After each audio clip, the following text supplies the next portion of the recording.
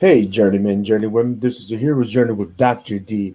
Glad to see you here today. And for those who do not know me, I am Dr. D, and this is a Hero's Journey here to inspire, to encourage, to motivate, to encourage, and to help you get beyond your first move and help to create a better mindset today. Today, and if you find any value in this content, go ahead and give me a thumbs up. Give me a thumbs up. And how about you help me help you so we can help others?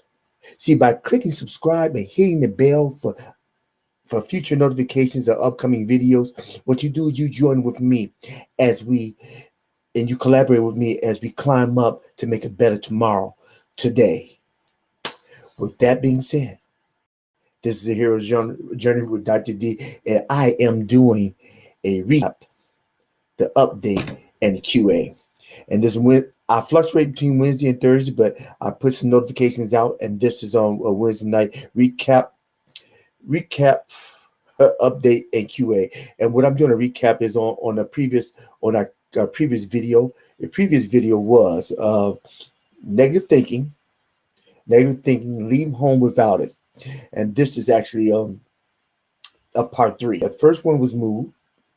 Negative thinking, leave home without it. The first one was moved. The second one was negative thinking, leave home without it. We were discussing the temperament. And the third one, to wrap it up, is negative thinking, leave home without it, personality trait. Okay, I'm going to do a brief summary, and I'm going to end up. And then we'll go to the updates. Brief summary, which I'm going to wrap up.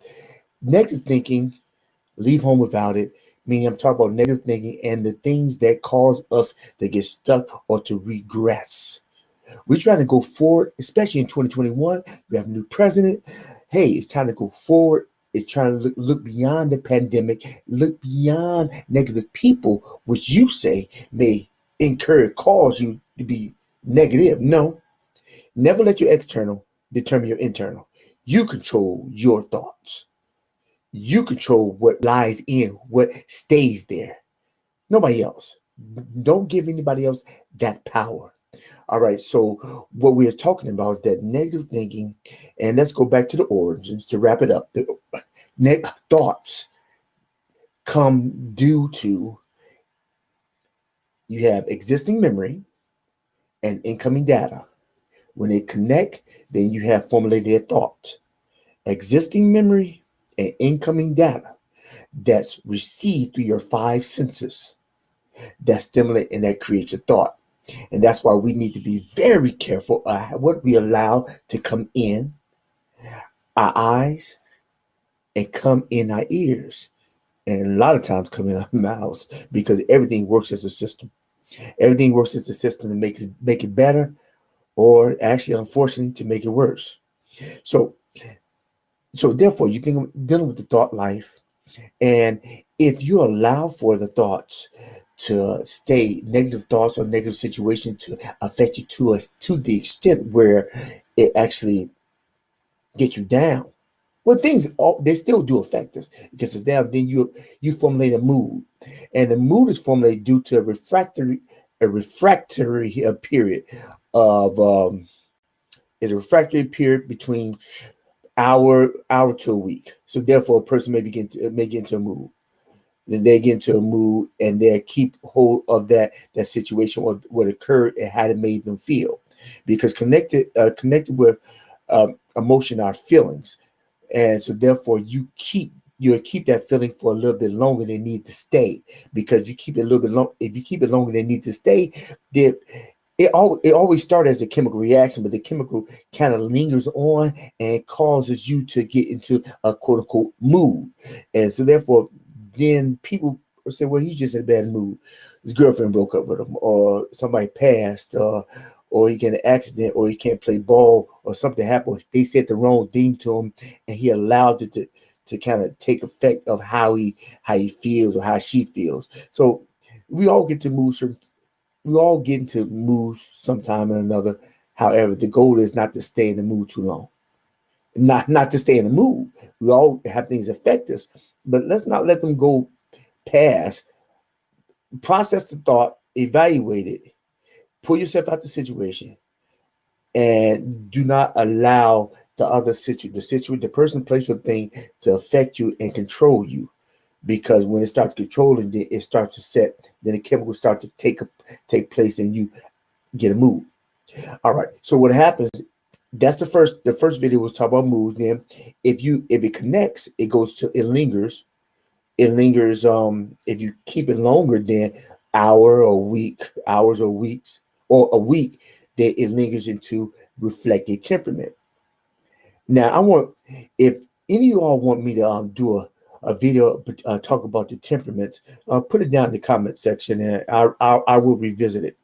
But what we're talking about when it comes to your emotions and when it comes to negative thinking, and if it stays too long, it first becomes a mood, hour to a week, then it lingers on, and it reflects a temperament, but it doesn't reflect the strength of the temperament. It affects a weakness of the temperament. Now, mind you, hear me when I say this. It may be a weakness because the temperament is not the part of that temperament is not on display in the proper time. It may be weak in some areas, but your weakness may be other people's strengths, or vice versa. Because I may have a weak part of it's still part of me, but may not utilize that temperament in an effective manner. And so what it does is that when chemical imbalance comes from the mood, it kind of distorts my balance. And I don't know when to do this and when not to do that.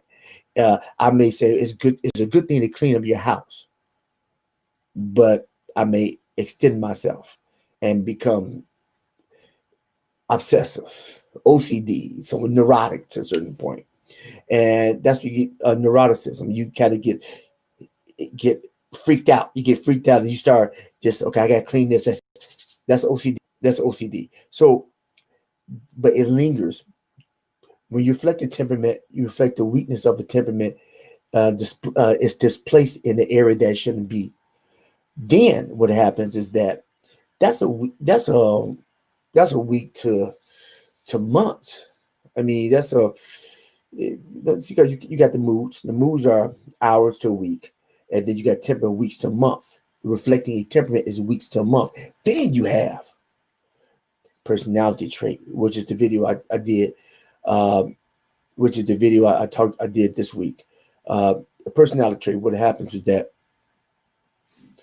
you have a big five, which is pretty much illustrated in the big five temperaments of five personalities. But I didn't discuss that. I just discussed your personality traits.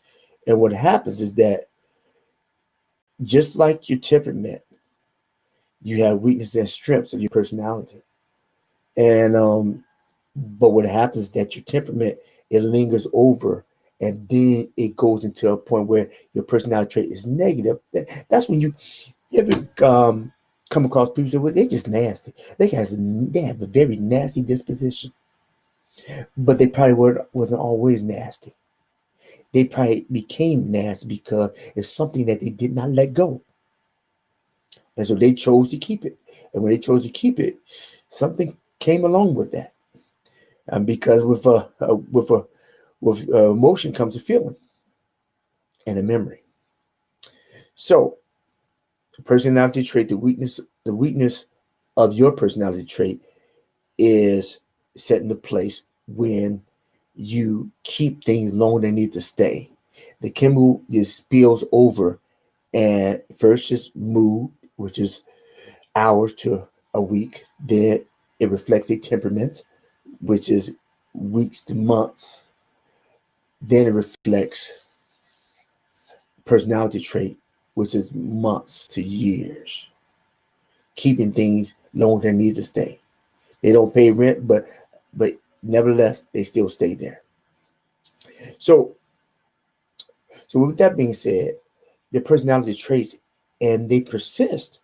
See, some people still deal with the nasty attitude. They live with the nasty attitude, nasty disposition, but then start affecting their health.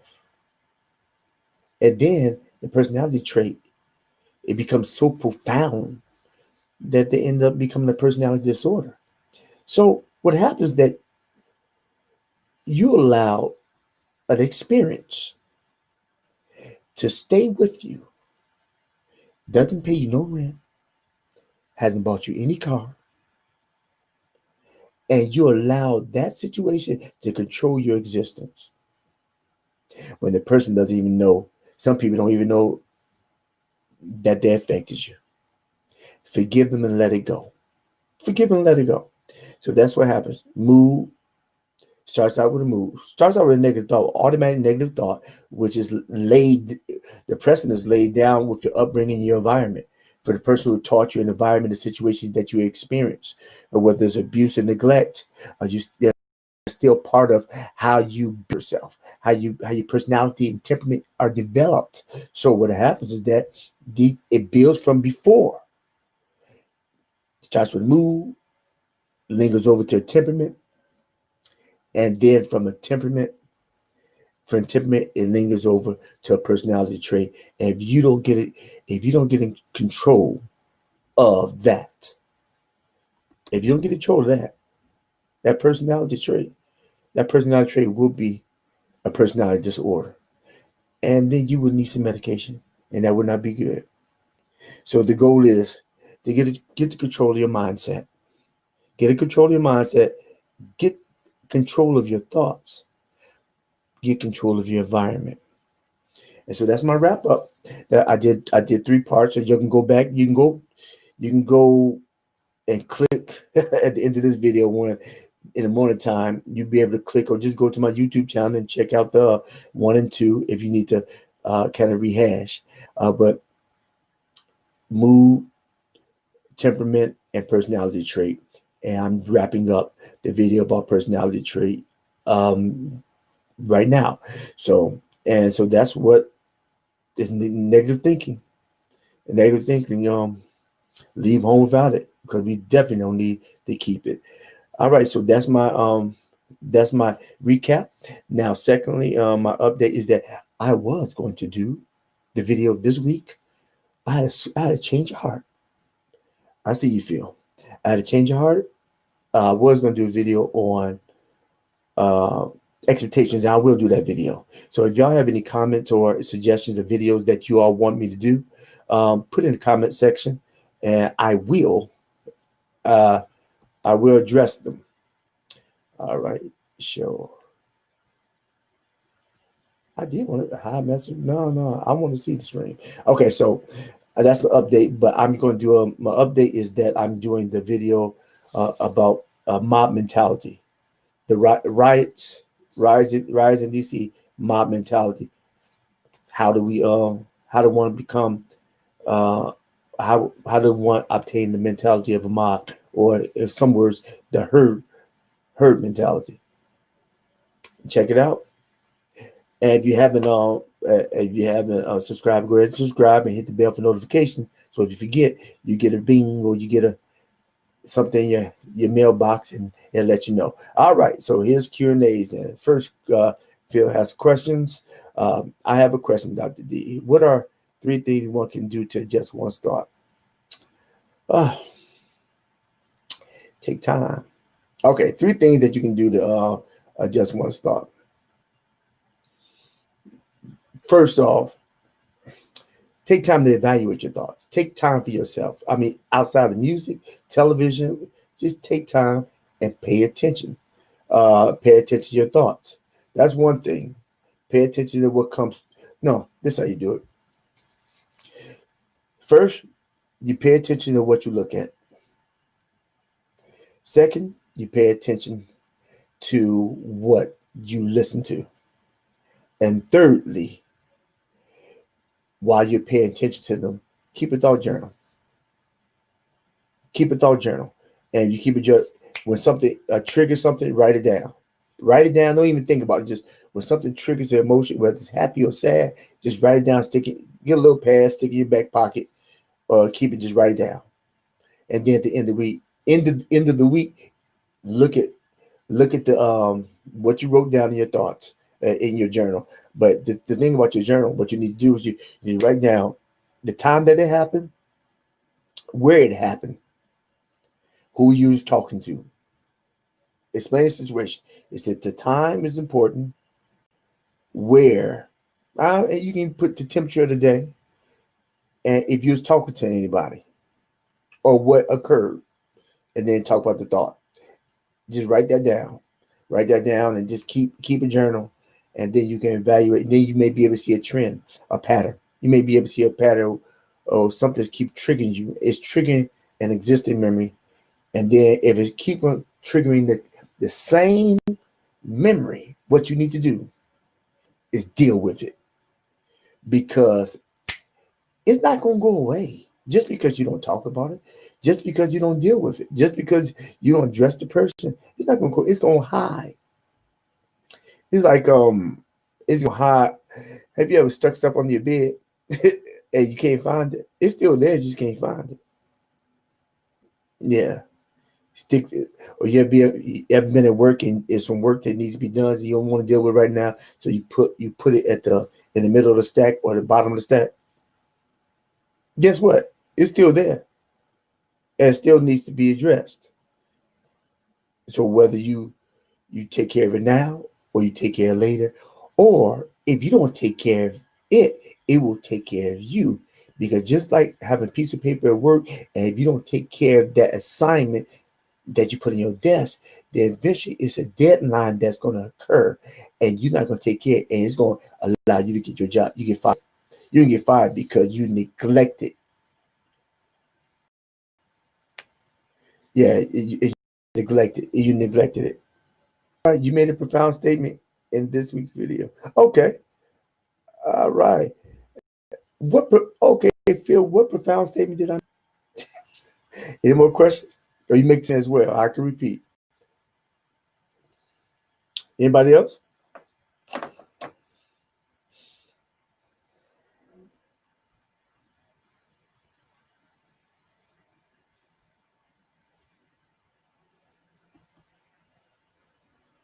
All right. Okay. Oh, okay, Phil. Say good is the enemy of your better.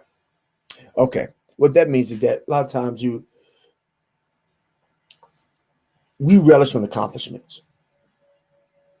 I mean, we relish when we do something well and do something good or accomplish a task. You relish when you get your bachelor's or master's. You relish when I get my PhD. You relish when you get a beautiful bride or a beautiful girlfriend or a good looking guy. You relish. I mean, or when you get that new car. Yes. That new outfit. Yes. Yeah, okay. But tomorrow is not new no more. Yeah, next year, you didn't just get married. You've been married. So you still thinking about the wedding day.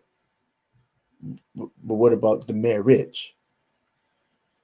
The car was shiny last month. It's brand new. Had the new car smell. The tank was full. The oil was done. The seats were spotless. But it doesn't stay like that unless you upkeep it, and also unless you do things to it to make it better. If you think that things are great in the past, they're good.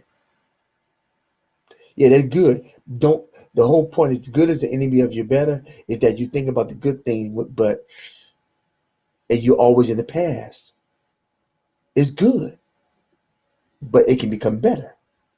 See, progress is the way we should live, not in a constant state of reflection. It's not just bad things that keep us bound to our past. It's good things that keep us bound in our past. It's bound to our past because that thing is still like it is. You could have made it better, but you're still thinking about how you made it. You could have made it more valuable. You could have did better things. You could have went above. You could have you could move better. You could have made it better.